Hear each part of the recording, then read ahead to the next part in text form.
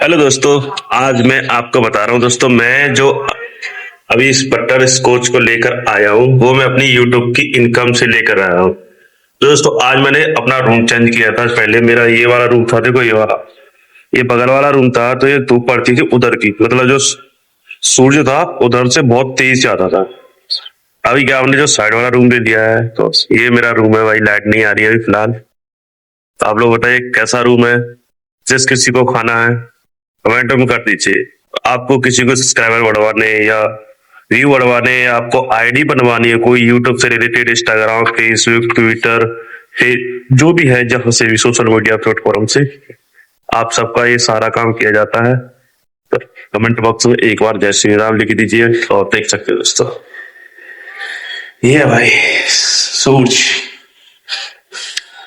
समझे आप। तो मिलते हैं मैं ऐसी एक नेक्स्ट वीडियो के साथ। आज के लिए इतना ही। Bye bye, take care.